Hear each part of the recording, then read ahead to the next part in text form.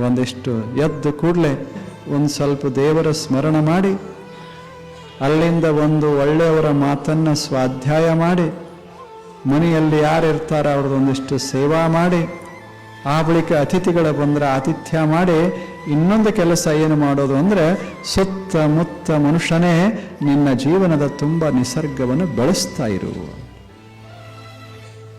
ಅದರಲ್ಲಿ ನಿನ್ನ ಸಂತೋಷದ ಕಲಶ ತುಂಬೋದದೆ. ಪ್ರೀತಿಸು, ಎಲ್ಲವನ್ನ ಪ್ರೀತಿಸು. ಒಂದು ಹಸಿರ, ಒಂದು ಗಿಡ, ಗಂಟಿ ಎಲ್ಲವನ್ನ ಹೀಗೆ ಪ್ರೀತಿಸ್ತಾ ನಿನ್ನ ಸುತ್ತ ಅವುಗಳನ್ನು ಬೆಳೆಸಿಕೋ. ಕೆಟ್ಟವರನ್ನ ಸುಮ್ಮನೆ ಹೀಗೆ ಸುತ್ತುವರಿಸೋದಕ್ಕಿಂತ ಸ್ವಲ್ಪ ಹೂ ಗಿಡಗಳನ್ನು ಬೆಳೆಸು, ಹಣ್ಣಿನ ಗಿಡಗಳನ್ನು ಬೆಳೆಸು. ನೋಡೋದು ಎಂಥ ಅದ್ಭುತ. ನಾವು ಮಂದಿರ ಕಟ್ಟಿದ್ರು 2 ಗಿಡ ಇರದೇ ಇದ್ರೆ ಅದಕ್ಕೆ ಶೋಭನೆ ಬರೋದಿಲ್ಲ. ಹೌದಲ್ಲ ಹೇಳಿ? ಇಷ್ಟೆಲ್ಲ ಅದ, ಎಷ್ಟು ಚಂದದೆ. ನಾವು ಇವು ನೋಡ್ತೇವೇನು? ಅಲ್ಲಿ 2 ಅದಾವಲ್ಲ ಮ್ಯಾಲ ಅವತರ ನೋಡ್ತೇವೇನು? ಈ ಗಿಡ ಅದಾವಂತ ಅದಕ್ಕೆ ಶೋಭಾ ಬರ್ತದೆ.